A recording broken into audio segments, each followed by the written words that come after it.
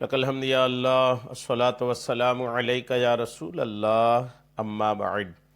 سلسلہ ہے تذکرہ اسلاف کا اس مبارک بابرکت پر از رحمت سلسلے میں ہم اپنے اسلاف کا، اپنے بزرگوں کا ذکر خیر، ان کے یوم ولادت اور عرس کی تاریخوں پر کرنے کی سعادتیں حاصل کرتے ہیں۔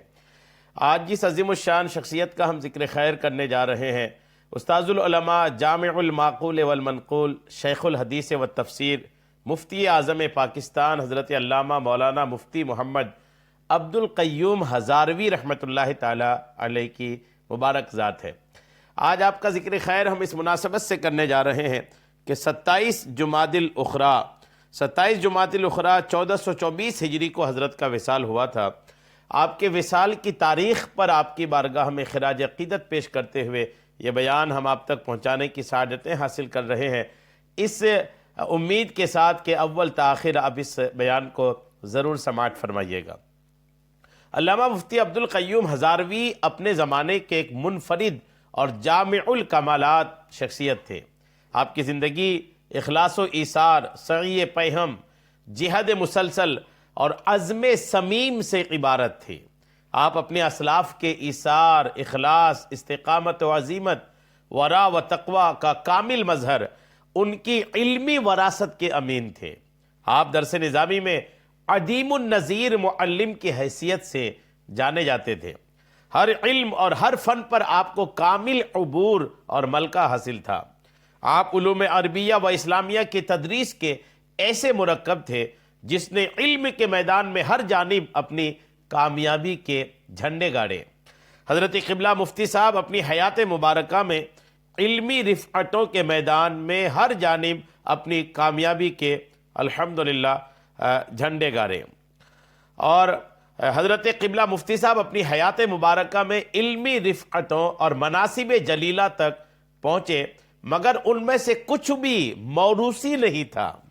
یہ ایک عظیم بات ہے آپ کی حیات میں کہ آپ جن عظمت و شان کے مالک ہوئے، جن رفعتوں میں آپ پہنچے، یہ کوئی موروثی اور خاندانی نہیں تھا، بلکہ آپ الحمدللہ اپنی قابلیت، خداداد صلاحیت کی برکتوں سے یہ ساری چیزیں حاصل کیے۔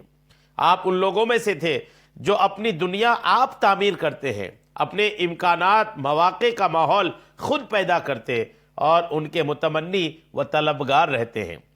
جن سے مناصب کو عزت ملتی ہے، عہدوں کو وقار ملتا ہے، جس مقام اور مسند پر بیٹھے اسے نشان امتیاز بنا دیتے ہیں۔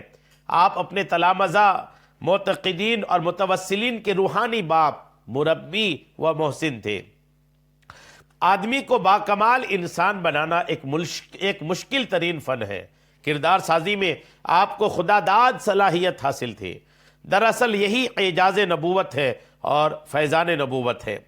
یہی تربیت نبوت تھی جس نے گدریوں، گواروں، وحشی انسانوں اور صحراؤں اور ریگستانوں کے مکینوں کو رہتی دنیا تک کے لیے علم، تہذیب، عدل و انصاف، زہد و تقوی اور الغرض شجاعت و صداقت کی مثال بنا دیا۔ حضرت قبلہ مفتی صاحب اسی نسب العین کے امین تھے۔ آپ نے ایسے لا تعداد گمناموں اور بے ناموں کو نامور بنا دیا۔ آپ کے تلامذہ گرامی کی فہرست پر نظر ڈال کر دیکھیے تو صحیح، انہوں نے کیسے کیسے شاہکار تخلیق فرمائے۔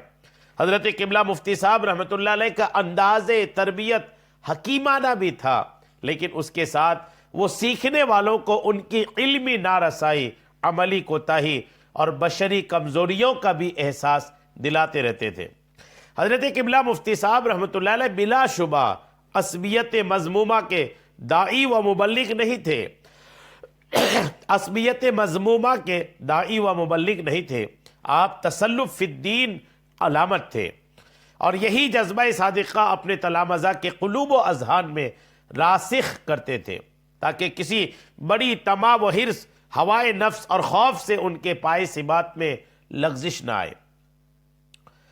الحمدللہ آپ ایک عظیم الشان شخصیت کے مالک ہیں۔ قبلہ مفتی صاحب اپنے زمانے کے ان لوگوں میں سے تھے جو معیار حق تھے، حق گو تھے، حق پر ڈٹ جانے والے اور حق پر مر مٹنے والے تھے۔ آپ کے اخلاف، اولاد و امجاد اور تلامذہ کے علاوہ آپ کی دو عظیم یادگار ہیں۔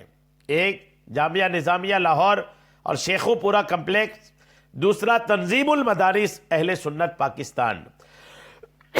ان دونوں اداروں کی تشکیل و تعمیر پر انہوں نے اپنے شباب اور عمر عزیز کا ایک ایک لمحہ خرچ فرما دیا۔ الحمدللہ عوام و خواص اہل سنت کا ایک ایک فرد جانتا ہے کہ قبلہ مفتی صاحب بعد نماز فجر سے لے کر بعد نماز مغرب یا بعد نماز عشاء تک ادارے ہی میں رہتے، اس لیے ان کی خلوت و جلوت سب کے سامنے تھی۔ حضرت عثمان غنی سے حضرت عمر کی بابت دریافت فرمایا گیا تو انہوں نے فرمایا عمر کا باطن ان کے ظاہر سے اچھا ہے۔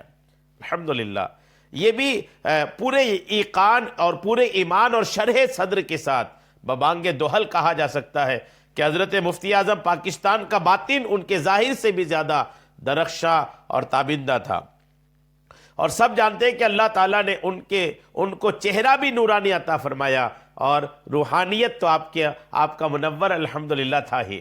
مفتی صاحب قبلہ دفتری ذہن، فائل ورک اور رسوم و ضوابط مروجہ کے ناقائل تھے، لیکن تنظیم المدارس اہل سنت پاکستان کی ذمہ داری جب انہوں نے قبول فرمائی تو پھر اس میدان میں بھی نئے نئے معیارات قائم فرمائے۔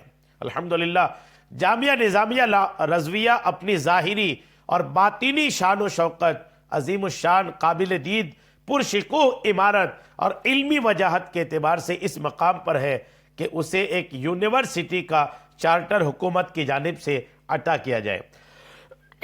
آپ نے امام اہل سنت مجدد دین و ملت اعلیٰ حضرت عظیم البرکت امام احمد رضا قادری کے فتاوی رضویہ کو تحقیق اور تدوین نو کر کے آپ نے عصر حاضر سے ہم آہنگ کر دیا، اور رہتی دنیا تک اب یہ شاہکار لائبریریوں کی زینت بنا رہے گا، اور موافق و مخالف اہل علم اس سے صرف نظر نہیں کر پائیں گے۔